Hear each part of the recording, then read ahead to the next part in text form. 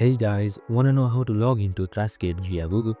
Well, in this video, I'm going to show you an easy step-by-step guide on how to do it.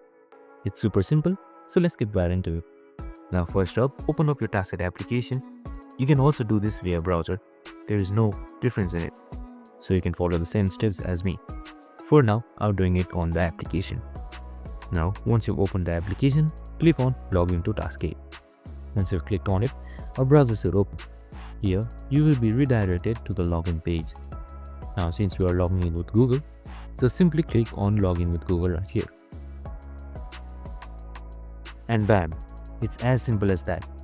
Now, your Taskade has been logged in easily by a Google account. If you have multiple Google accounts, there will also be an option to choose from it. You can just simply click once and choose the account that you like and log in easily. Now just click on Open Taskade and then your Taskade will be opened easily. And that's it. I hope this video helped. If it did, make sure to like, subscribe and share with us for more related videos. See you in the next one.